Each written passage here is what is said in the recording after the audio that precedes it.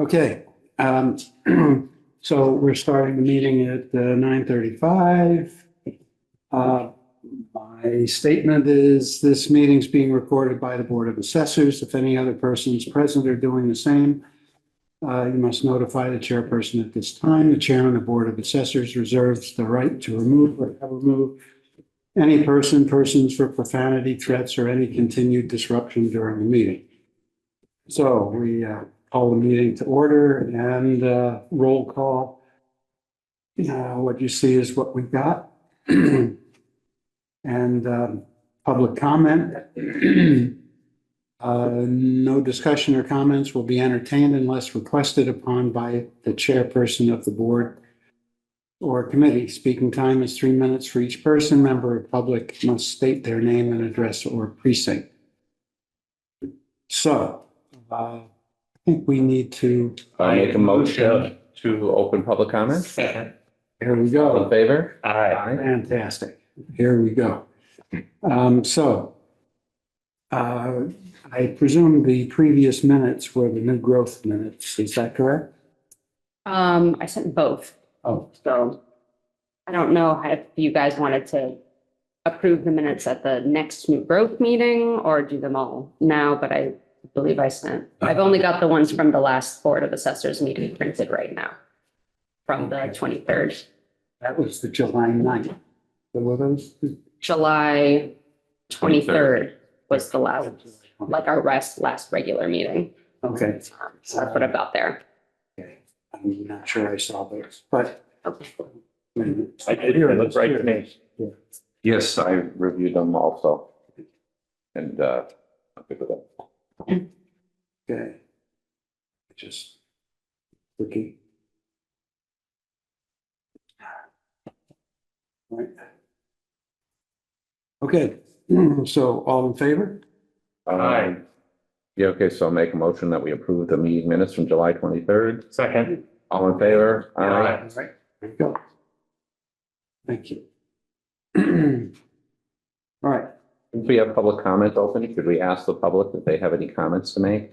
yes, would you, Stephanie, Ryan, do you have anything to comment on? Not yet. We will encourage you to do so when you need to.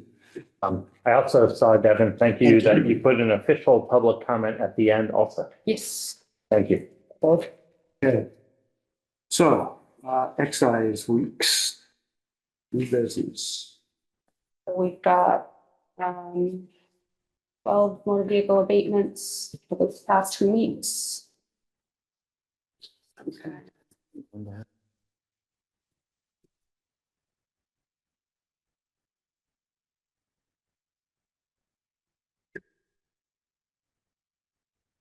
It's today, the 6th, right? Yes. Yes.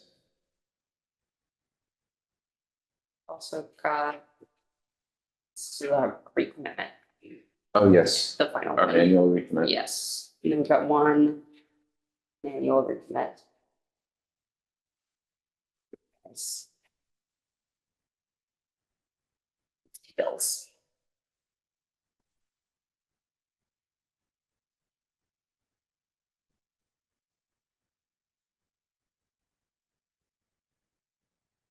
There's an attachment. Those are the recommitted bills. All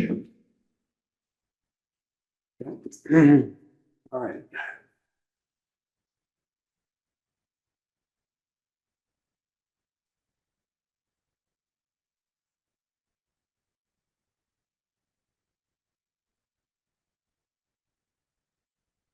Right, there we go.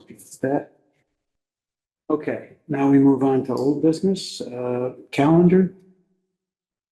I can review the timeline for August. Yes. I added some things, because I don't know, I think, Jim, did you attend the webinar for the Yes, calendar? I did.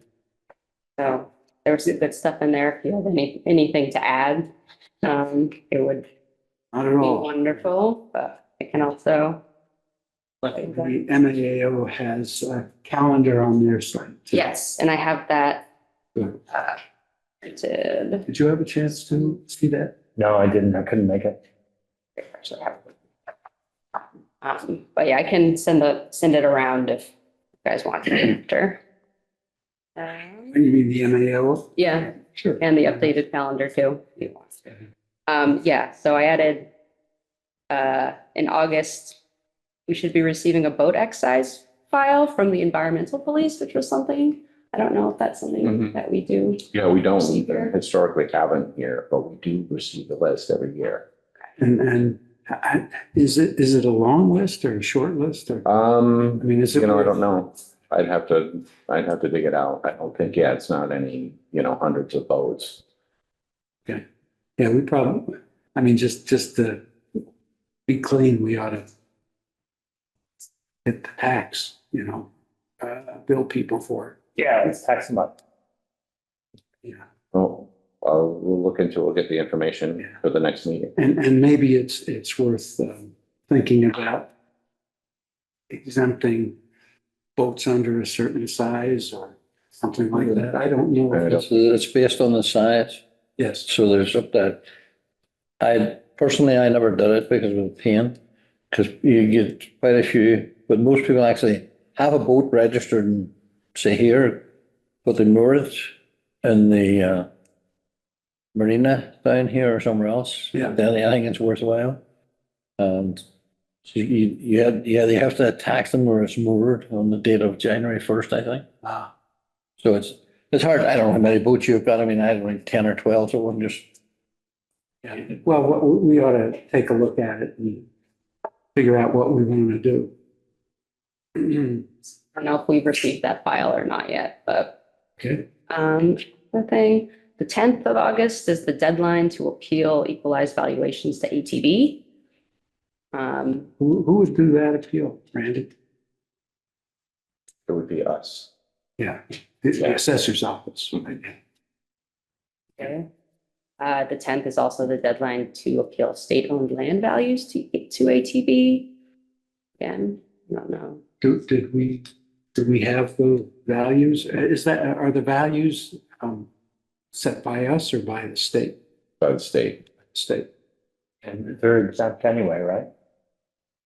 Yeah, but we get reimbursed for them, I think, don't we? Oh, sorry, I'm looking for the boat inventory list. Oh. No, the state lands, we get reimbursed. Yeah, and that's what it is. They're telling you that, the pittance that they're saying it's worth, what we're gonna get for it. Okay. Pocket change.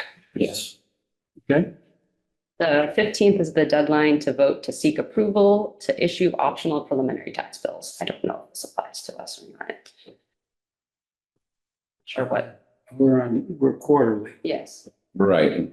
Yeah, and so it's something that's not gonna affect us because we're gonna get our bills out on time.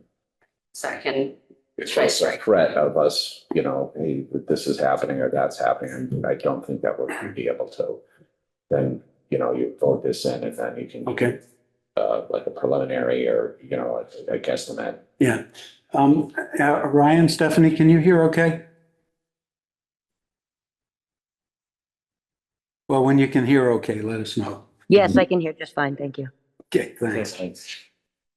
Okay. first, I got a couple, I'll just do a couple more. The first is when first quarter tax payments are due of August. That has passed, tax day has come and gone. We also, this is a time where we prepare revaluation / interim revaluation reports. We'll be preparing chapter applications for mailing this month. Hasn't happened yet. And we are supposed to complete certification reports for communities under audit.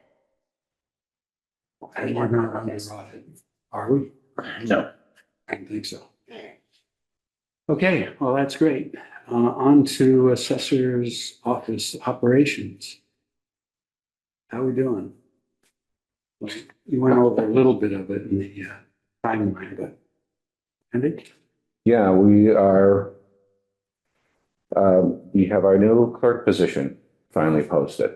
Yay. And it started Nice. receiving, potential applications, already. So it was a long road, but we finally have that That's great. in progress and we're making progress. Um, How do the applications look? The applicants?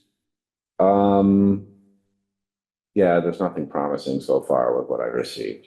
Okay. A couple that just, they're putting in an application, but they have experience in an entirely different field Got it. or something like that. So, Okay.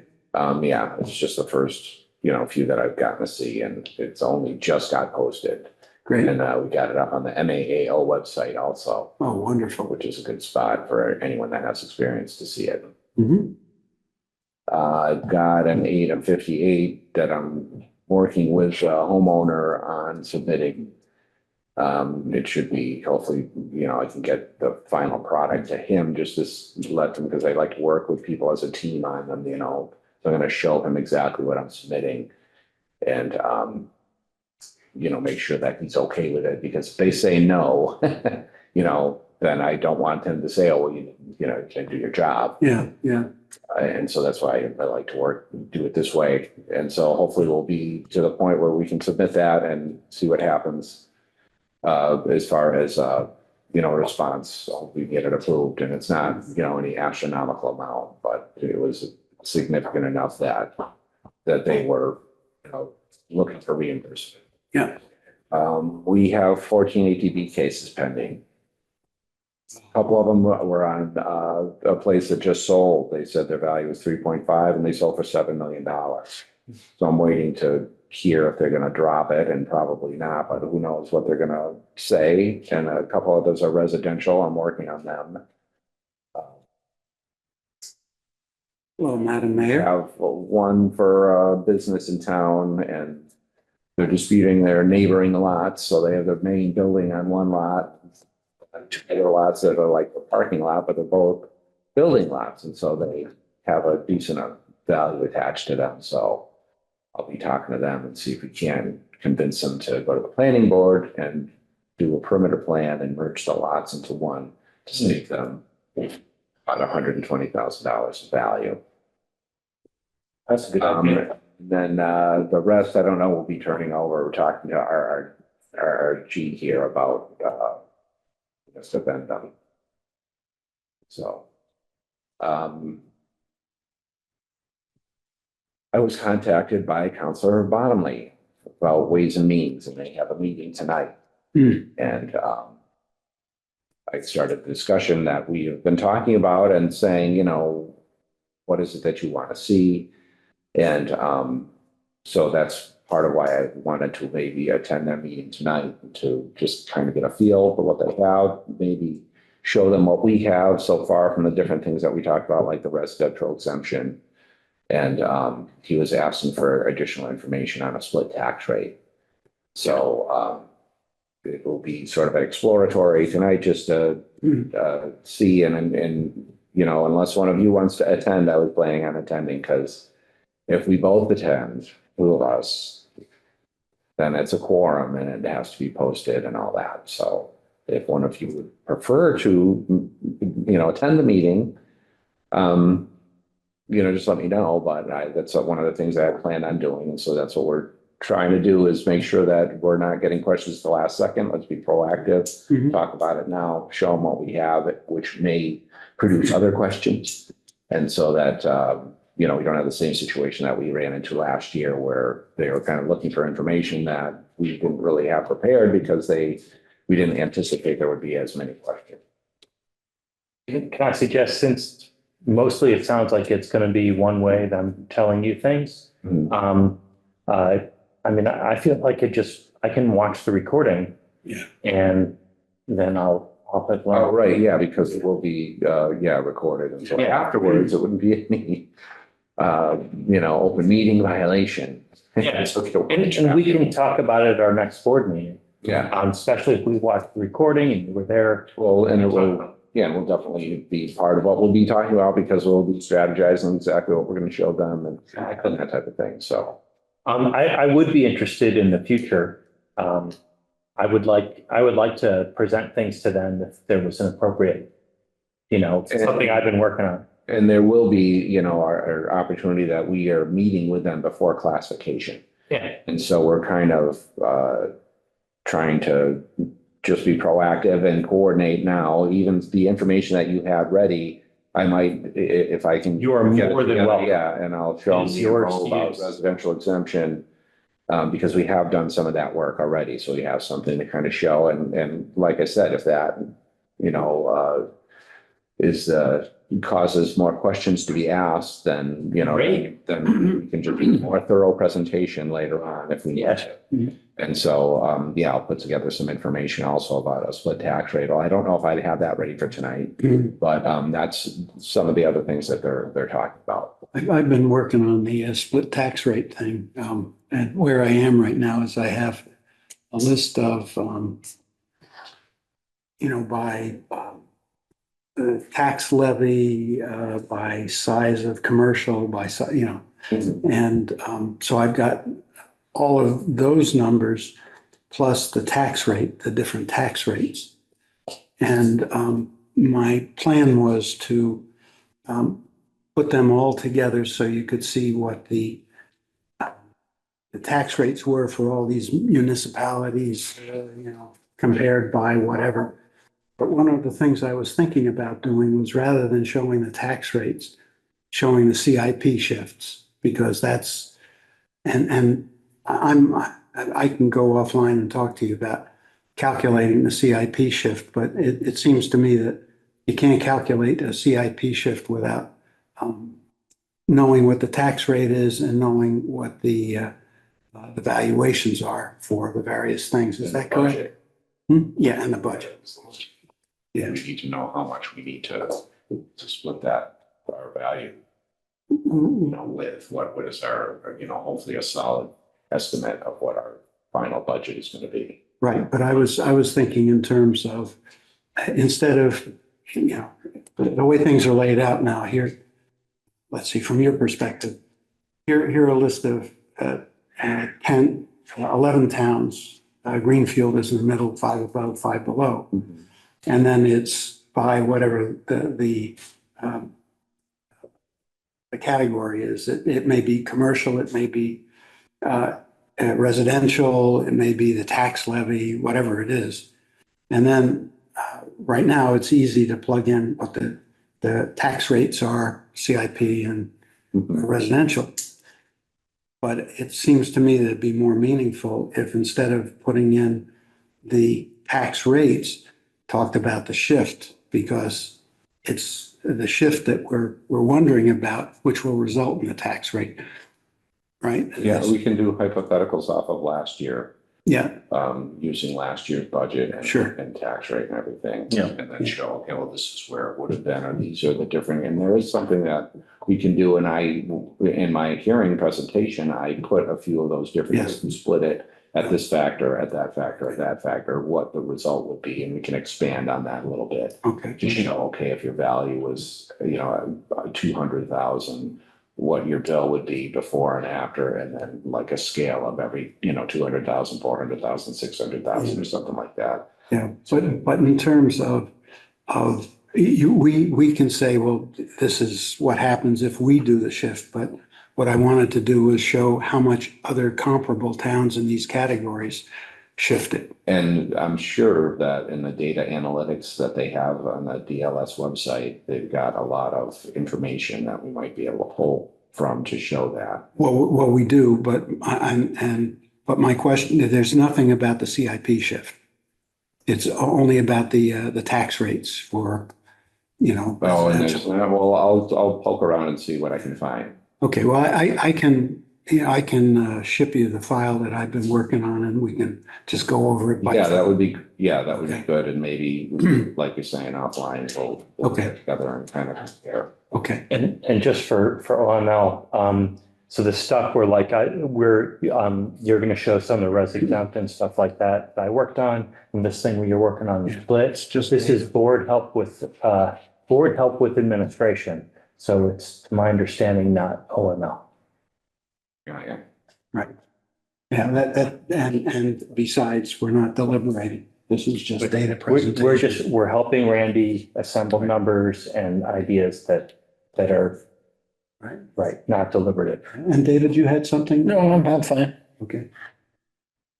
I'm gonna be having a meeting with Hannah from the Greenfield Business Association on Thursday to go further with a potential video or, with our coordination of trying to reach out to businesses and give them more information. Great. Yeah, that's very good, especially with the personal property inventory happening. Right. Yeah, and that's the reason I met her. Because we started doing that When are you meeting with Hannah? on Thursday. Okay, that good? Yeah. Yes. Oh, no, I'm fine. I'm fine. I was just, We have our assessor school coming up next week. And who's attending? Is everyone? I am. Jim, are you taking another course? What course? I haven't signed up for one. Yeah, okay. Yeah. Devin and I will I be thought, I'm doing 2 days specialty courses and she'll be there for one. I'm there all 5 for Yeah, 200. 200, yeah. I mean, should I be taking other courses or is that optional? It's up to you. Yeah. If you want. I mean, I'm interested in. Become an MAA, Yeah, get your certification, I should. so it would be different approaches to sales. Would be the next, I'm sorry, what the is, different approaches to sales. sales would be the next courses that you'd be taking, the cost approach, income approach, and Yeah. cost and less depreciation. okay. Right, So yeah, I that's just something didn't, that you have the option to do, okay. but, It's a little late now, I think. yeah, it's, I don't know, if the registration would still be open, there's a possibility. Okay, I think you'd have to pay the full price. Though.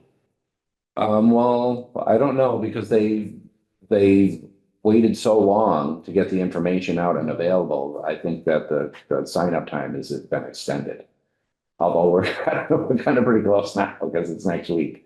But, yeah, we can look and see. And if there's a way, and it would be a whole thing where it would be a week long instead of UMass, it's in Southbridge. right.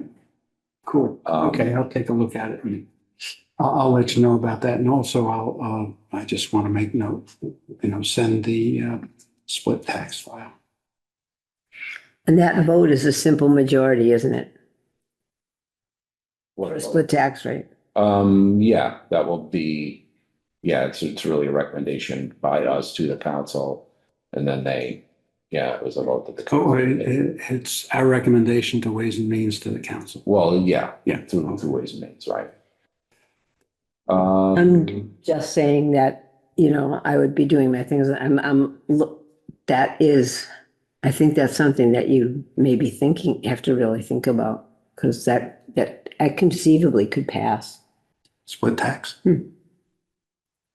I'm just saying that aloud. Yeah, and that's another reason why I was happy to hear from Councilor Bottomley, because we're going to do something like that. We've got to start talking about it now and let the general public know that this is something that we're talking about. And that was part of my Right. my only pushback last year when they started talking about these things. Right. It's like, okay, hold on, because Yeah. what we're doing is going to be a big impact. Mhm. And we can't just, at the drop of a hat decide to do it. And that's why let's start talking about it now in these meetings that are televised and people can tune in and look at later and say, Yeah. oh, okay, geez, I've been talking about it for a while.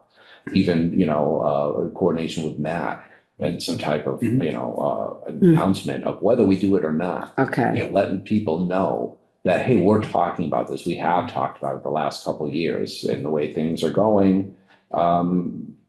Tax wise, it's something that we, need to make people more aware of. And so that when the time comes, it won't be a shock if we eventually do go to a split tax rate. I'm really excited about the conversation because it's a really good emblematic case where we can really work this process where we offer them facts and options. And then they get to do their job of making a political decision. And it's very emblematic because, as we've talked before, given the very small amount of industry, commercial and industry in this town, you have to move that split quite a bit to make an impact on residential. And then the businesses end up paying through the nose because there's so few of them. And so that's a political decision. They want to do that. That's, Right. they can totally do that, but maybe it'll bring more focus to the amount of business in town. And maybe they'll look at it and say, gosh, this is really problematic. Maybe we should see what we can do to encourage more business or something like that. So it's just a great way where they can see how we can add value to them by teeing up the decision so they're not waiting in numbers, but they get really, it's a political decision. Right. And then we get value in them because we don't have to sit there and try and decide what's wrong and right for town. Yeah. Yes. Yeah, and that's giving me some ideas, because in going through where I've seen what the split tax rates are, first of all, there are only a handful of cities that have a three-way split: property, commercial and industrial, and RO. Handful, but most of them are just, RO and CIP. And some of the tax, the differential in tax rate. RO meaning residential and open space, Right. which we don't have here, open space. No, I know, and most towns don't. And I was just clarifying for Oh, the okay. general public. No, that's fine. But the point is, there are some dramatic differences in some cases, and most often that's associated with higher commercial, Right. that sort of thing. So, Well, and another thing is that I tried to show last year, and we can show again, and to your point too, is like, we don't have to go with the maximum amount of split that we can. We do a little if they want. Exactly. So, you can do a smaller increment, and then we'll hopefully have the numbers to evaluate, is this worthwhile or not? That's right. And so, yeah, basically, like you were saying, is show the impact. And then, give people more information to decide that, okay, no, we're not there yet, or, They're the ones who determine if it's worthwhile. yeah. We tee up the numbers and then, never know. Politically, maybe they really just want to. Maybe it is worthwhile politically. They were elected to do that. And so actually, I think I'll turn it over to David to talk. Okay, can I just throw one thing, two things in there? For you, when you're doing this, I always find that, particularly when I was in Amherst, we had such a huge amount of rental property. People don't understand that rental apartments are not commercial, Oh, you're right. so they will not be affected by that. So that's very important. That's right. But if you're looking at your residential exemption sometime, the other thing to think about there is the apartment complexes will be adversely. That's right. They're affected. not owner occupied. So, yeah, Yep. and so your people who are in lower income properties, the taxes in those buildings will go up. So those are two of the big things that I always remember working with. And as far as the split rate goes, Gateway is a very good program to show you what the factors would be and tax rates. So you can plug it in. their spreadsheet, their interactive. You can do the spreadsheet, yeah, it's all in there. And that's where I got the estimates that I showed in the classification. So yeah, we'll be leaning on that to show the difference, splits that we can do and the impact that it would have on the. I mean, you can break it down by 1%, 10%, 15, 20%, whatever you want to break it down by, it'll do it. Sure. As far as the RRG goes, I've been concentrating on the final part of the new growth. Randy gave me a bunch of spreadsheets a few weeks ago, and we've been working up on that.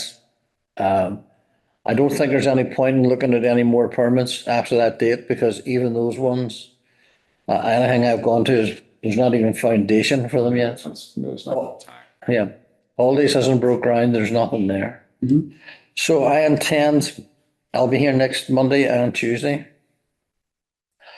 At the moment, I have valuation, I'm estimating the residential valuation the real estate valuation will increase by, let me try one again.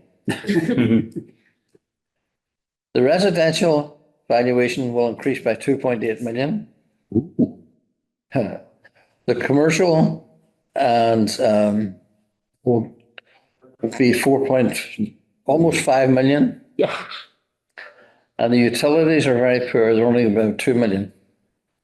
So at the moment I have on books, and this does not include anything that you might get from new growth from RRC. Hmm?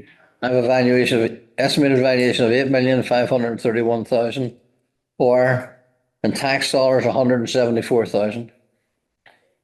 So I don't know what your budget was, but RRC will have to make up the difference because there's no one else out there. I think that's great, isn't it? No? What did you estimate? You need. Right, so that's, yeah, he's talking about value, but that's not tax dollars. You're talking 174,000. Yeah. 174,000, Right, okay. we were, And you're looking for 400? So that means that they have to come up with, $10 million or $11 million in new growth. I mean, we may have had a goal for 400,000, but I mean, $175,000 is not nothing. No, last year, last year you had 300. Last year you had 300,000, but the utilities, now there's two types of utilities, there's locally assessed utilities and there's state assessed utilities. The telephone companies come from the state, Berkshire Gas and whatever your electric company is here. Eversource, yeah. Yeah, local assessment. That was 8 million this was 8 million last year. It's 2 million, it's about 200,000 this year. So it dropped quite a bit. So your personal property value from utilities dropped by about $6 million. Why's that? They just haven't been doing the work. Okay. This is all the, Big law. refresh on the infrastructure. Right. So, I don't know, I mean, RRC may pick up a lot of stuff out there, I don't know. They work on calendar year or the growth? Is it just, for fiscal year. okay, so, and so they just started. Yeah, there's still stuff that we haven't included in there too, right? But we're not anticipating that that's gonna be any. Much larger. But, So 174,000 as opposed to 400, that's a, right, well, and I'm sure that we'll do better than that. okay. And so it's very, Oh, yeah, I mean, RRC is gonna bring in something, I'd expect them, on a revaluation, and this time I expect them somewhere between $50,000 and $100,000 at least, if not more. So it's there. Your big blow was the utilities from last year to this year. Okay. I get it. I heard the numbers at first and I thought that was better than it was. That's okay, I get it. yeah. Understood. Dollars of the. No, I understand. Valuation. I know, I get it. I thought, oh, this sounds wonderful, but totally understood. That number we plugged in because we were betwixt and between, because you're estimating what the new growth is going to be. Should we go 300, 350, 400? But I think we put in 400,000, I'm pretty sure. I think you did too. Sorry. It's okay. It's okay. Well, I'm an optimist. Yeah, swing for the fences. I'm really excited though that you guys actually went through all those top dollar permits, all the big permits. You went through the tips, right? All those people complaining. Well, we haven't gotten to all of them. No, but I mean, I'm We've sure. gone through and done. Started the top down. Of course, we stopped it, exactly, it started everyone, so that's other stuff that, Harold is the one that is doing the data entry on those bigger properties. And so there was some new growth there. Again, it's not, millions and millions, but we're gonna keep adding to this 173 number and it'll continue to grow. Yeah, because I don't know what Harold's done. I haven't talked to Harold in a couple of weeks. So. I think it's going to be like the loaves and the fishes myself. It's just going to keep getting bigger, huh? Oh, well, can't get any smaller. Huh? Can't get any smaller. No, can't get any smaller. That's the good part, okay? All right. I'm just excited about the process. You got a hand up there? Oh, hey, Stephanie. Stephanie, Hi. I just had a question. What do we consider breaking ground for Aldi's? Because they've cleared out all the trees and they're actually working on the project on Mohawk Trail. So I don't know when we start capturing that. To start. We have adopted chapter 653, which allows us to capture new growth up to June 30th. And so that's what we would be able to do. What state is it as, in as of June 30th? So if they're just breaking ground, removing trees, it's just a lot. And there's no significant increase in value to capture. If by, all of a sudden that they're done in late November and it's open and open for business, then we can do a supplemental bill based on the number of days left in the fiscal year. But as of right now, and as of that June 30th date, because usually, Stephanie, our assessment date is January 1st. And so it's everything's based on the state of it as of January 1st. But with this chapter 653, it allows us to go up until June 30th. So we can, and that allows us to eliminate a lot of supplemental bills by being able to capture that growth up until that point. But with Aldi right now, yeah, that's something that we're anticipating, and then that will be a good, good growth when it happens, but we're still not quite there yet. It's moving pretty quickly, right along. So I definitely keep it on your notification list. Yeah, and what part of the process also is the notice of the certificate of occupancy. And so that will be done through the building department. And when that happens, they let us know. And then that is the date that we use to determine how many fiscal days are left in the fiscal year, remaining in the fiscal year, and we base their supplemental bill off of that. And so, but also just significant of that, because it's a supplemental bill, it's usually new growth that would get captured in the following fiscal year. It would be part of fiscal 25, but we would realize it more in fiscal 26. Sounds like good news. Yeah, we had other places, the storage facility that we had, and when it was, We got a partial value. yeah, it was late May, and we thought, geez, there's not a lot happening there. But then, boy, all of a sudden there were 7 or 8 buildings within a month and a half, and so we do have. So that's something that David and I both went and looked at, and we have a percentage of completion on that. And we're going to go look at the old school in Montague City Road on Tuesday. Yes. One of those buildings is completely occupied, so that'll be part of the new growth that I'm estimating for this year. What is, Old Montague City Road, the schools.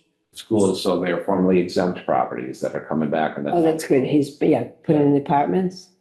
They haven't, the apartments, from what I understand, after talking to the developers, they're still under construction. Okay. But the other building has got the USDA and two other, businesses. so we're going to, I want to get through those to see how good it finishes. Great. That's great. So that's, again, whatever value there was previously untaxed. On the, we'll get to the tip line later. Let me see, am I done? Are we done? I'm doing the sales and data cleanup, so I'm looking at all the sales from 2023. And as I'm doing that, even I'm finding a little bit of new growth. It's not, it's nickels and dimes, but it's all part of the whole, the total. And so I just wanted to remind us or say again that we have our deadline of September 15th. And by September 15th, we want to have all of our data entry, all of our inspections and everything complete so that we can start crunching our numbers. And then the goal is to have our numbers complete and in line and whatever adjustments ready and done so that we can submit by October 15th and start submitting to the Department of Revenue. And then possibly have our approval prior to November instead of many times. And I'm sure that we set the tax rate in December. And when we're doing that, it's because, things aren't getting done as sufficiently as they possibly could be, or because we didn't have any deadlines and it got dragged out. So that can happen. And that's why it's important to have deadlines to be ahead of the game.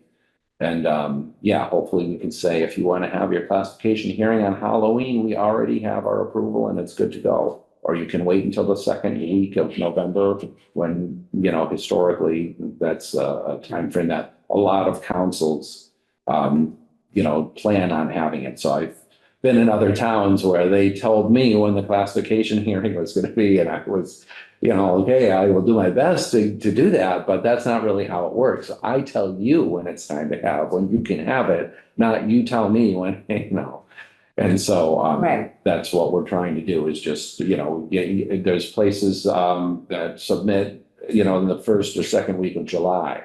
And the first, municipality in the state to have their tax rate set, Some of them look at that as a prestigious thing to have, and every year they're trying to do that. But we're more, waiting until later on, or November is historically when the classification hearing is in many towns. And so that's basically the end of the report for the office. I'm not sure if I left anything out. Devin, can you think of anything that's going on that I didn't mention? Just receiving exemption applications and processing those. Yeah, exemptions, and the chapter land mailing is coming up. Did I mention that? If not, I'll be preparing to send out the applications for the chapter land. So if you're in 61A or B, you'll be getting the application, and the due date is December 1st that we have to have it by, and it's for the coming fiscal year. So this will be submissions to keep their property in chapter for fiscal 26. Do you need me for anything else? I don't know that I would, but I'm just going to ask one question out loud. The overlay, the number that we put in for the overlay, where are we on that? And that I don't know is if that was- something that's, the assessors have a large part of it, but it's something that we're usually coordinating with accounting Okay, and making sure, our potential liability, if we're making if we were, for instance, going to a split tax rate, then we might want to build up our overlay, because we're going to get a lot more people, possibly complaining about their value because their taxes are that much higher. So from the commercial side of things, you might expect to get more abatement applications, might be for giving more value there. And so that's the thing that you would be building up the overlay for. So. but the estimate for the overlay that we had for this year of, I think it's 450,000. And that, I think that's pretty good. We don't have anything putting us. Is this for 25? Again, I would defer to Randy, but if you do the split tax rate, you are going to see more appeals. Okay. Yeah, Fine, so if we were going to go to a split tax rate, then we'd want to build that number. Okay, got it. Thank you. Another consideration for the overlay that we've talked about a little Yes. bit. And that's another thing, actually, I didn't mention that with Ways and Means, and maybe we should talk to them about that too. I'll mention it tonight on the time of the meeting. Yeah, so what we're talking about is individual exemptions, Okay, because we. David, I think we're all set. I think, yeah, thank you very much. I wanted to ask one question. Yeah. That one question while you're still here. Thank you so much.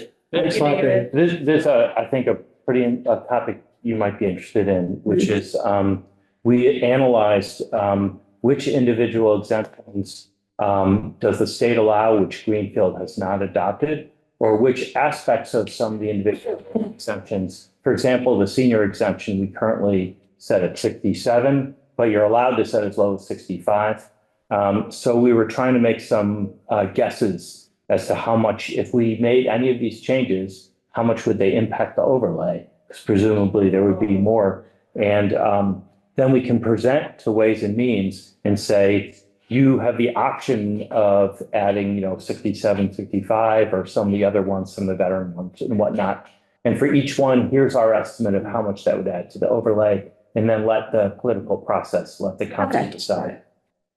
It wasn't too much of an impact. I think Jimmy did some crunching of those numbers, and it was maybe like a 20,000 or something like that. That was small. So, I mean, The number of, the increased number of residents when you drop from 67 to 65 was small. Yeah, of ones that would potentially qualify. Yeah. They came up with, 8 to 12, possibly. I think it was 8, yeah. so this is the flip side of the split. So for the split, we're going to offer them something and be like, well, you could make something very politically unpalatable in order to get any decent money. Whereas here, you can do something very politically desirable and maybe it won't cost as much. So we can give them some options on how they want to play their politics. Mhm.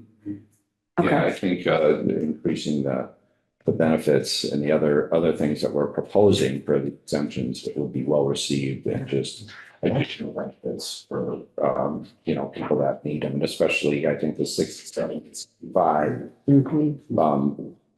is overdue. I want to understand, conceptually, I mean, it seems to me that the split tax rate is simply the shifting of dollars that one party would pay onto another.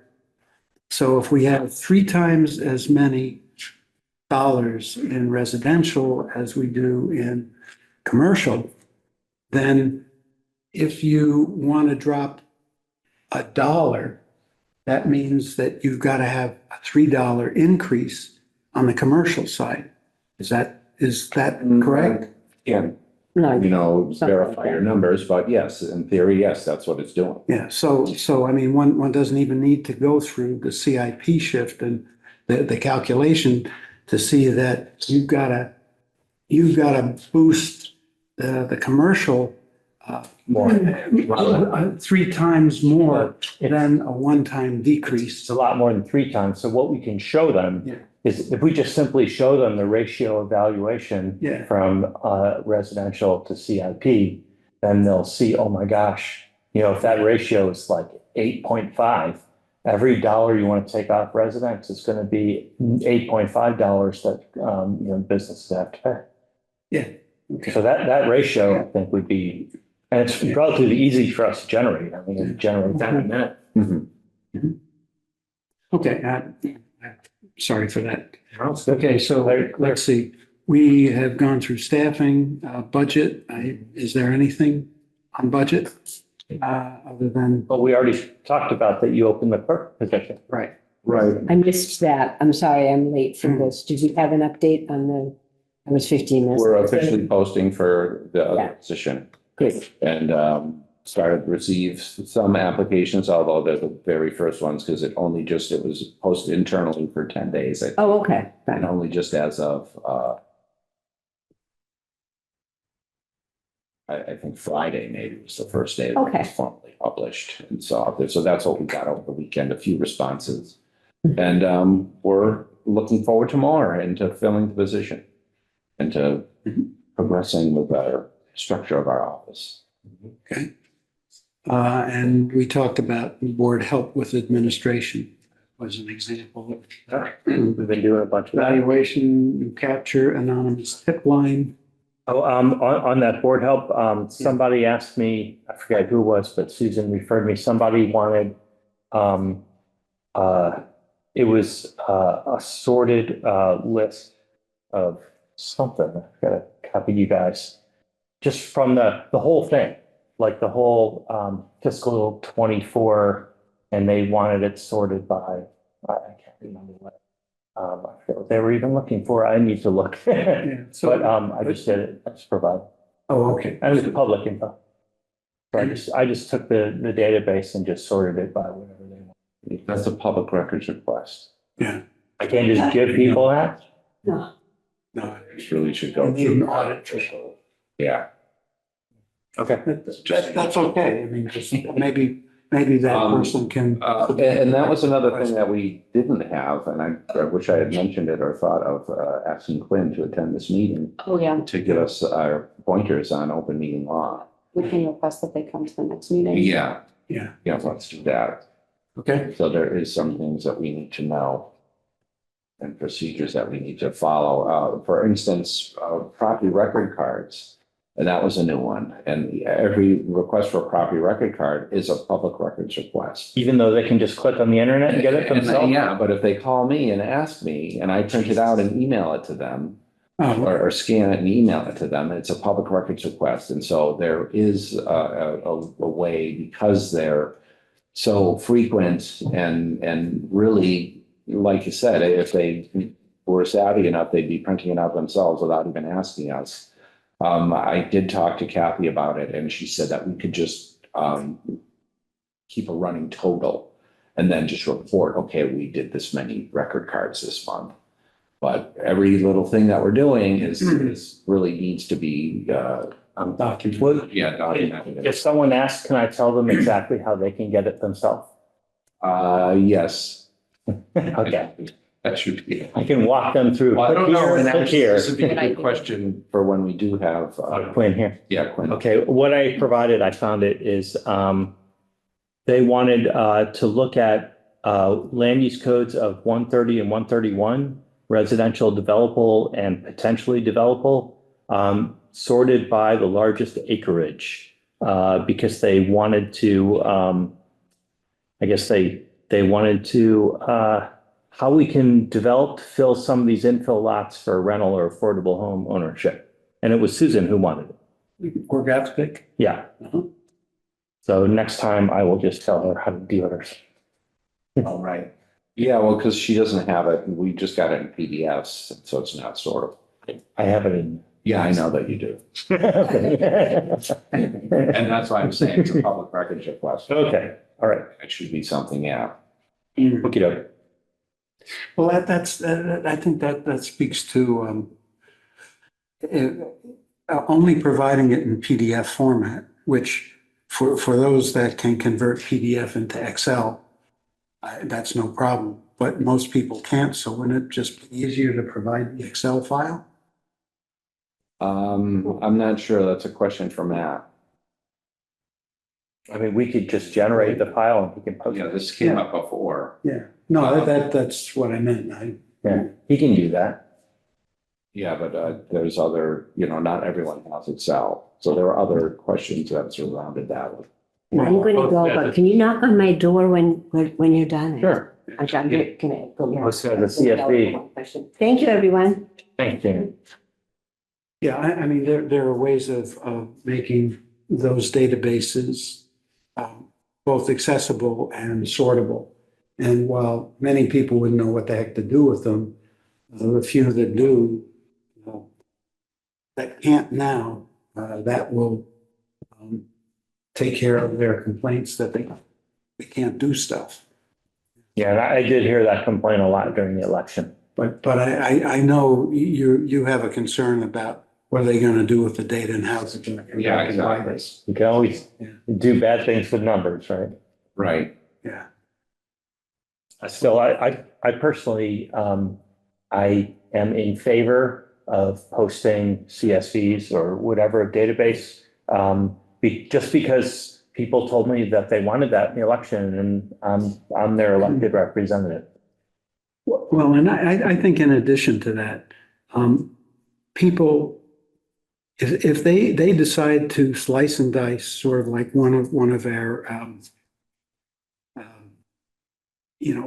Residents. one of our residents It did. came to several meetings. Yeah, and Insisted that we have this information. right. That's right, that did happen. But I think the outgrowth of that was, oh, you can slice and dice the data any way you want to, but we're not going to slice and dice it that way because we operate under a different set of rules. We have a process. And we do have a our process. And I think while I agree with you that there are some people that will, sort of abuse their ability to access the data and fiddle with it, that also gives us a lot of ammunition to say, no, you can't do that. That is outside of the rules of. Most likely they'll just make errors. I mean, when I was doing that stuff, and I have decades of experience doing that, I made all kinds of errors, just so many mistakes. It's inevitable when you work with something that big and you're trying to do all those calculations, you're going to make mistakes all over.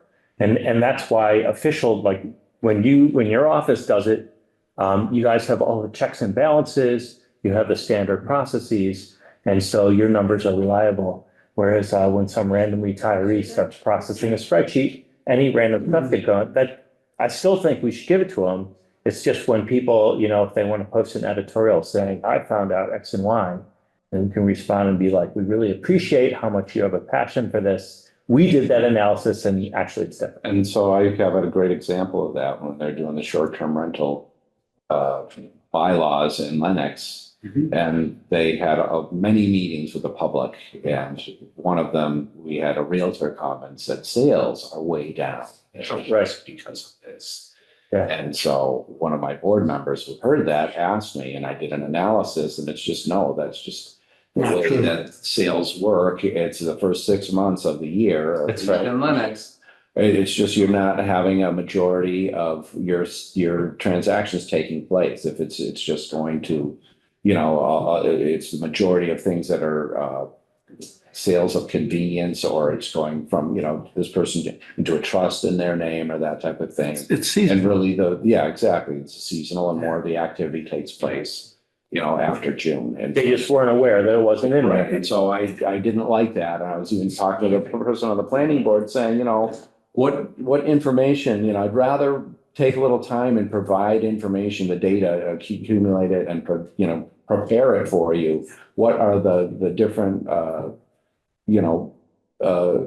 talking points that you want information on, and I'd rather provide it for you and update it and make it available for people updated every, month or 2 months or whatever, than having them come out with their own, unsubstantiated analysis or opinion and present it as fact. Yeah, as we're talking about it, it seems to me that the trade-off is, resident dissatisfaction with ability to get to the data, get to the data that, so they can manipulate it, versus the time it takes us to figure out what it is that they did, and then figure out whether what they did is proper or not. Right, because So as a it's, whole, you have to know how things work. I would just propose though, given how we've been operating as a board, you and I can do that. You don't have to do all those analyses. We can do them. and we can do the rebuttals. That's right. Yeah. We can do them. We can do the rebuttals. Maybe we'll take a few minutes of your time just to check that we were doing it right. Something like you said about the 6 months. But we both will have had course 200, and we might still, I know I'll make mistakes, but we can check each other. And in general, maybe we can get the best of both worlds. We can allow people to have their own hypotheses about what's happening, do their own analyses, and then they can share them with us, and we can look at them and do our own, and we can handle that for you. Well, another thing that comes to mind is that, how many people would be using this data? And so, right, I would be generous and say 10. Okay. And 10 out of 17,000, Yes. Well, come on, not 17,000. You don't have the little kids. Okay, But that's just it. That's all the more reason why, because the other 17,000 will just look and see, oh, it's available. They're being transparent. That's right. And then we only have to deal with the 3 people who are doing it. Yeah, That's honestly, that's with a lot of things. yeah. Well, You know? And because we took our job seriously, we can help you with that. Mhm. And not slow down the office or prevent you guys from finding the next $400,000 property. okay. Yeah, I had that in mind. So where are we then? Next? We're on council relations expanding, Okay, yeah. Let's Talked just about speed that one up. okay? Yeah. And the aged disability fund disbursement stuff. Committee, yeah, okay. And What's that's going on just there? kind of going on. I don't know. Have you heard anything as the chairman of the board? You are the person that is going to be on that committee, I believe. And so have you been contacted as the No, committee? haven't heard anything. And so that's going to take a while. It's something that we're just adopting, and it won't really happen, I think, until next fiscal year. But who's supposed to be doing it? Because I ran into Mitch at the senior center, and he asked me, is it going? Is it happening? And I realized I did not know who's supposed to be getting the committee together. I don't. I think that's a very good observation. I don't And know. I know that there's other things, and for example, properties that were taken over by the town, the council voted Yeah. to accept this as a gift from whomever it was, and then, okay, the council voted, Who's doing it? and it's never happened. Yeah, And that's I've right. had, multiple of these situations come up since I've been here. And I, got the ball to the finish line, and it's not necessarily, the assessor's responsibility. been our office. But when it was, something that someone's complaining about a bill that they got for something they gave to the town 4 years ago. Is that something that would be appropriate to surface to Stella? Um, Because it's maybe one of the other department's functions? Again, that's not, she wouldn't be the person to follow through with that. She could surface it back up to I Ginny. think it really, I think falls more in the mayor's office Yeah. and. Oh, like to Chief, you mean? coordinate it. Chief staff? Either Keith or Ginny, someone needs to coordinate that, the follow through. It's basically, we could say, hey, we're gonna do this or do that, or when we adopt certain things, well, okay, then we're gonna have to get those votes and get them to the state and then the proper people to show that we've So- adopted them, and then. Under the assumption that actually nobody knows that they were supposed to do it, what can we do as people who are down the line from that? What can we do to tee up the question to others to say, hey, somebody's gotta take responsibility for this? Why don't we look at the proposal that, Yeah, because it should have the outline of who's gonna be in it and everything, and that'll hopefully guide us to who should be the responsible party to get it, to get it to the finish line. Okay, because I mean, the perception is that it's us. Well- Because it's coming out and Well- associated with our bill. And you're right, I didn't hear that it was us. It's not us, it's the tax collector. It's really, it all falls on her because She needs to put it on the bill. We don't have anything to do with the bills. Yeah, right. We have the value, we set the value, and the bills. Does the collector report to Stella? Yeah, she's part of. Oh, yeah, so again, why don't we just surface it up to Stella and say, it's not us, who is it? And then if she doesn't think it's the collector, she can ask Ginny. but I think we're talking, Comfortable if she had any municipal experience. Oh, she's great, she'll figure it Yeah, I mean, she's very smart and picked right up on many, I mean, she's hit the ground running a lot of stuff that just sort of her instinctual grasp of common sense. out. but be careful of that. Common sense, it isn't. Well, yeah, I know what you're saying, yeah, so that's not necessarily the correct term, but Yeah. it's along those lines. No, In any case, so what should we do? well, it seems to me that because I, the chair of the board here, chair the meetings, the structure of the meetings and who sets the agenda, I mean, certainly I can be responsible for making sure the agenda gets set. But I'm not sure that I'm the one that ought to be setting the agenda. No. Yeah, actually, you're not even the chair. The- I don't the think.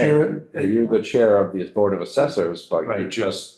You're just a member of this other thing. Yeah. you're just- Am I a member or I thought it was chaired by? No. Oh, you were just a No, member. it's just Oh, the chairman great. of the board is the one from the board that participates on that. Okay, Yeah, okay. So As a then member of that other, who's driving the boat? that's the thing, nobody knows. and well, it's outlaid in the, Language. yeah, the language from the Mass General Laws, and if there's extended guidance, informational guideline release. In IGR. IGR, exactly. Has there been one? I don't know, but, once it's adopted, I'm sure there's, other things that go along with that. And yes, absolutely, somebody should be Yeah. in charge of it and the person that follows through. And so, yeah, Yes. whose responsibility is it? I think it's really more in the collector's office than it is in our office. To implement for sure. Yeah, Yeah. but then, certainly the mayor would choose the board members. So, Well, yeah, some of them what I were. remember is the other assessors board, and then the collector, I think, is the other person. But And there's others who are then open. two residents, two members of the town that I think the mayor appoints. That's right. So Yeah. nominally she has a role to play too. So, And so again, it's like, in sort of in the mayor's office, as far as Yeah. following through and the delegating of. who's gonna do what. we can just help people to remember. Yeah. And, But yeah, I mean, and like I said, it's for next fiscal year, and so there Yeah, well, could be a tendency, we have time, well, before you know it. It'll come right up on You know us. what I mean, exactly. You're right. And so I think you're absolutely right to be talking about it now. No, let's make sure so that, when the time comes and, okay, well, hey, we need to be implementing this. Okay, well, here's everything that we did up until that got us ready for this point and we're ready to go. Yeah. Yeah, so proactive instead of reactive. Yeah, related to that is pilot programs. I'll give you a status update, but it occurred to me that, if we implement pilot programs, then some proportion of the pilot program can be, revenues can be shifted into the fund. Yeah, well, as I learned from researching about pilot, you can basically do anything you want because every individual pilot agreement with every organization is a contract that the parties can put anything they want in there. Yeah. No, that's right. Because we were talking about allocating pilot money to specific budget items or to sponsor senior tax work off people, or you can put anything in there. Well, I mean, the thought was to, at least as it occurred to me, was to, by allocating the funds to a good cause. Right, they'll be more likely to do it. Exactly. Like with the senior tax work. Exactly like that. Okay. Oh, Right. by the way, just on that, just to crow a little bit. Maria Birch, who you read about in the papers, now a liaison or a civilian member of or associated with the police department. She's going to be downtown doing all this cool stuff with homeless and businesses and stuff. Great. She is a senior tax work-off employee. Oh. So she's the perfect example of the senior tax work-off people don't have to just garden or do stuff in the clerk's office. If they have unique talents, abilities, and experience, the town can assign them to do whatever. Yeah. And Maria has this like long history. I mean, she was a counselor. I mean, she has so much stuff, and she's senior tax work-off. It just made me so happy. Yeah. Thank your mother, Stephanie. Yeah. Yay. I'm sorry, what was that? I said, yay. Yay. Yay for your team. Okay. So are you gonna ask Keith or Ginny or something about the age and tax, or? Yeah, I want to check. You're gonna read the chapter. Yeah, I'm gonna read the Okay. chapter. Yeah, All right. I've forgotten what chapter number it is, but I'll figure it out. Okay, the educational outreach. I have talked to Judy Raper at GCC, and we are all set for 2 sessions. One is in person, the other is via Zoom. They'll be separated by a week or maybe 2 weeks. And that will be done in October. And the rationale for doing it in October is it can follow on a September session that, it's a listening session or ask the assessor, an assessor.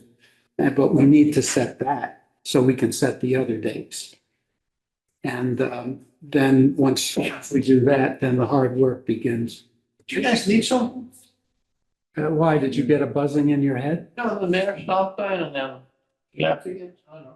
Oh, No. she might have No? been looking for me. She told me to stop in. Oh, okay, that's good. I'm going back for a while. Yeah. Okay. But then that raises the issue of what are we going to teach in these classes? Because the classes are meant to inform. And I think, in light of our discussion about slicing and dicing data, that would be a good time to talk about what data is available and what you can do with it. I was just gonna say exactly that. I tell you, in my Ask the Assessor meetings, it's always the exact same process.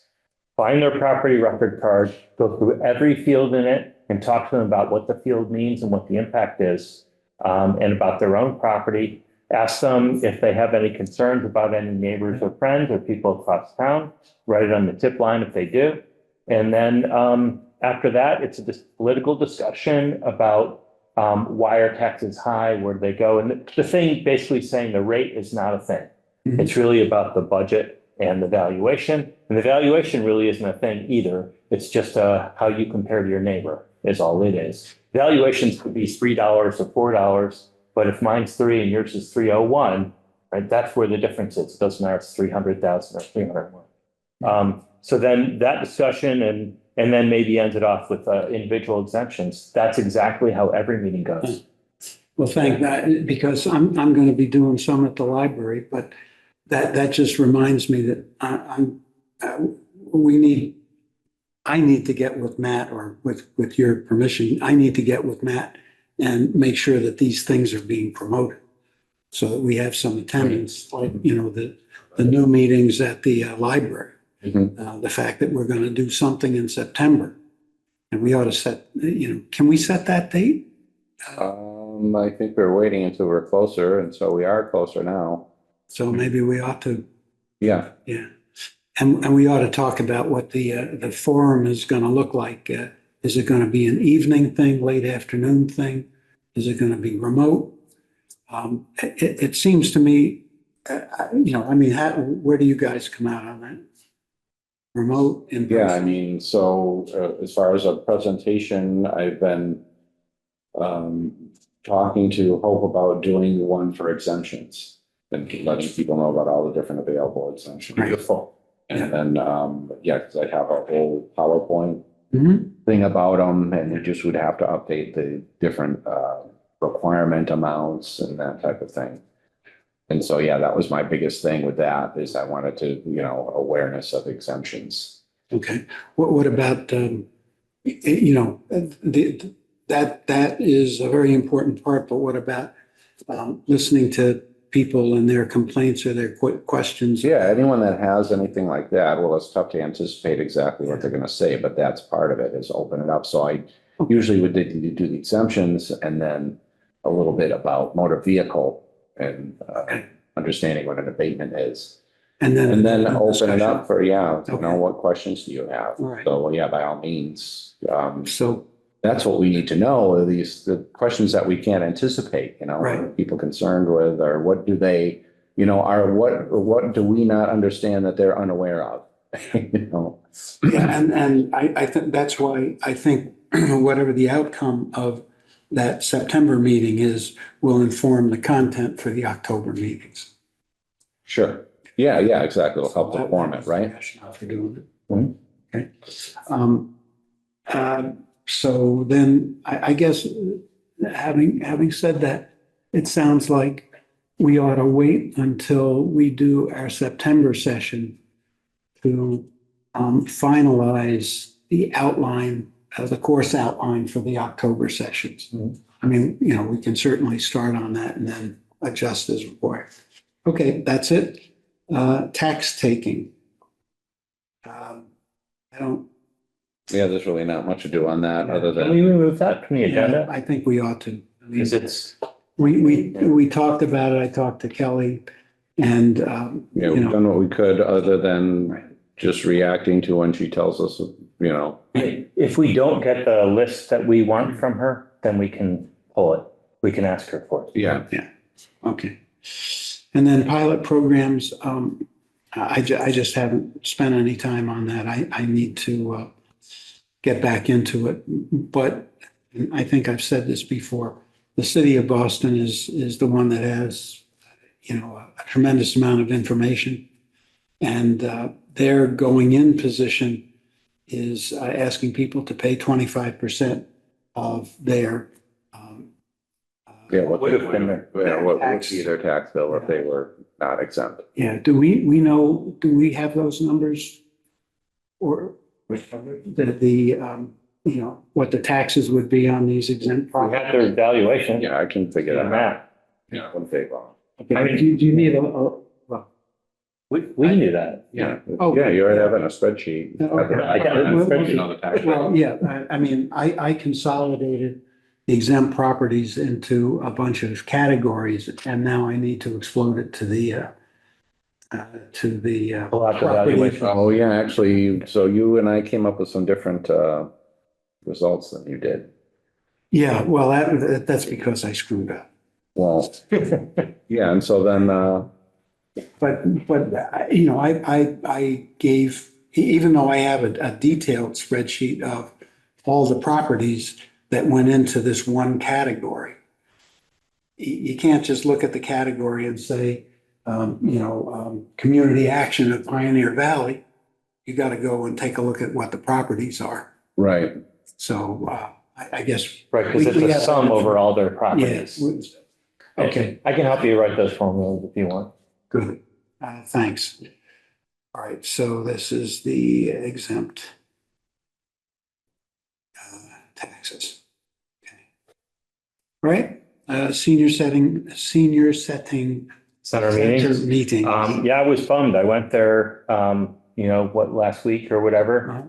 No appointments. So I had So to go home. But I was serving lunch to them yesterday, Mhm. and Mitch and Joan happened to come for lunch. And you know how they are. And so there were only 11 people there for lunch, actually 10. And I had to give out my phone number to 4 people. Which I mean, it was a pleasure. I love talking to them. I love doing that. I really do. Walking through people's card with them and talking to them about politics. I just love it. So yeah, I gave out my scrawled phone number to 4 people. And if anyone ever asks you, I don't like my taxes, give them my number. Just call me. I will be more than happy to go through their card and all that stuff. Great. It's a pleasure. Can you Okay. repeat when you're holding those meetings too? 4th Tuesday, 1 o'clock. Yeah, and I do second Tuesday, I think first or second. Tuesday At the at library. 1 Yeah, at the library. and second Tuesday? Yeah. Okay. And mine won't start until September. We should put that on the website. Is it on our website? I don't think so. No, that's a great idea. Yeah. And I did get a stack of your exemption forms, and I did put them in the senior center, both in just the area where they have all their papers, and also in the little office. I have a stash of them. Cool. If you need more, let me know. I can make more. Yeah, sure. We got plenty. We got a lot of paper. Okay, I think that does it. I guess, are we going to executive session? Well, we would have to give the public one more opportunity to comment, That's- because I think we've got. That's why I asked, right. Steph, Ryan, any comments, thoughts, questions?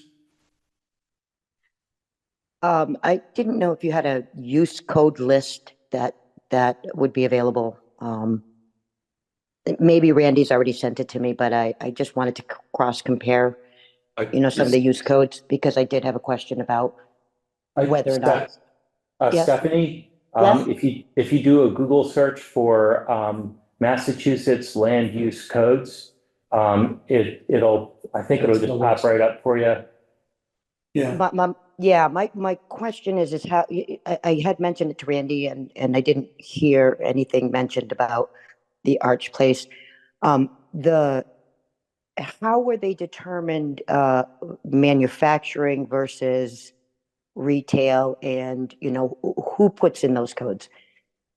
And that's pretty much my question, so thank you. Do we assign the land use code to a new property? Right, we'll be the one that put it according to the current use of the property. And so that's on the assessor's office. I'm sending you the classification code book. Thank you. Because they're within the different, 1 is residential, 3 is commercial, 4 is industrial, if it starts with. But within those, there's all sorts of different ones. There's a 401, 402, 402, 421, 423, all these different codes for industrial, of different types of industrial. And so according to that particular use, we should have something accurate in our CAMA system, Patriot, that is giving a true reflection of the business that's there. So they break it down, like on a multi-use building, how do we, Greenfield, capture the tax on that multi-use? Do we break it down each individual use, or do we take a culmination of all of what's being used in that building? We'll probably use whatever is the dominant use there, unless it's, a mixed use where it's, 2 different classes, or it's residential and commercial.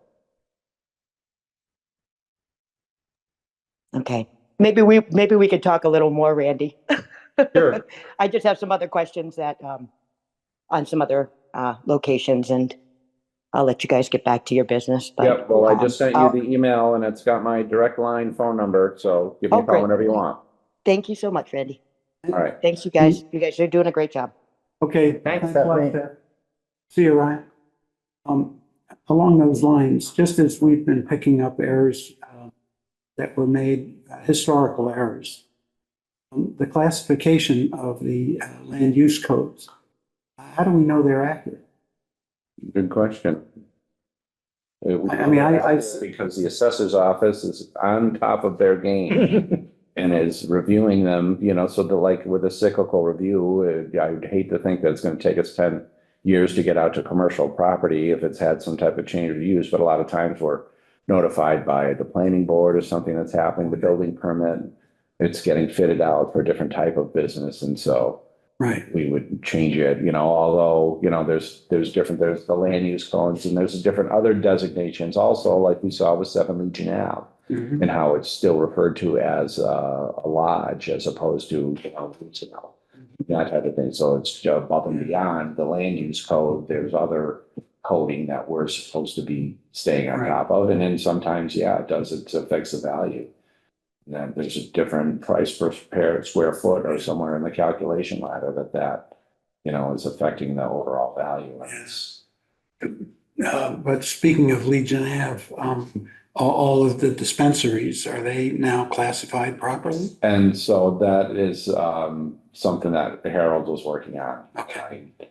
He did contact me and talk about access to the computer, and we straightened out a thing where he wasn't able to get in, and then he was competing with time for that computer with Don Crowley, who is one of their inspectors who's currently doing a lot of the cyclical review work and data entry. He's even actually has come here a couple times to go and do stuff in the field.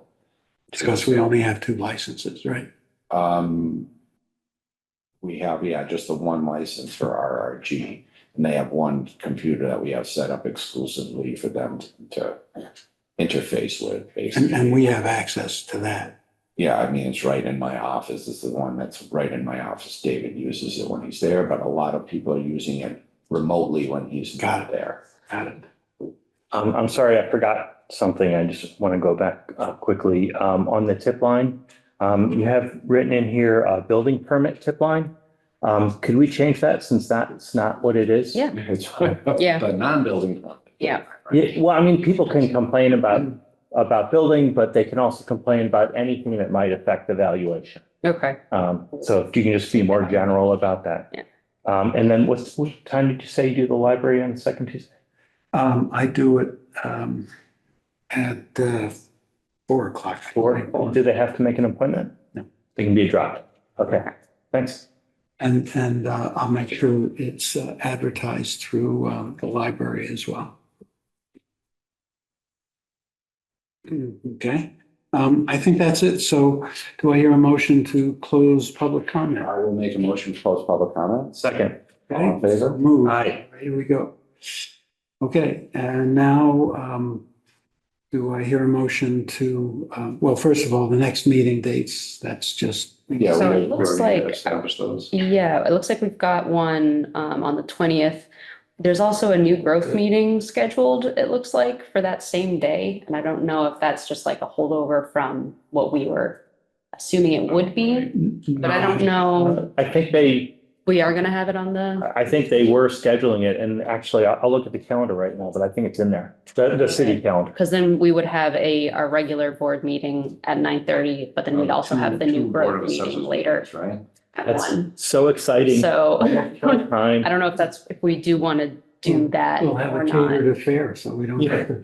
Yeah, you get lunch, right? We don't get lunch until we get the new growth numbers up above 400K. No buffet.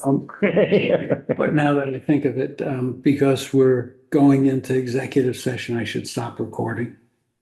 Yes. Well, if we we're didn't close the going meeting in. yet. Yeah, We didn't, we Yeah, approved, I'll make a motion that we close the public meeting. okay, Second. All in favor? okay, all Aye. right, And and I'll make another motion that we go into executive session. Second. okay, that's great. Aye.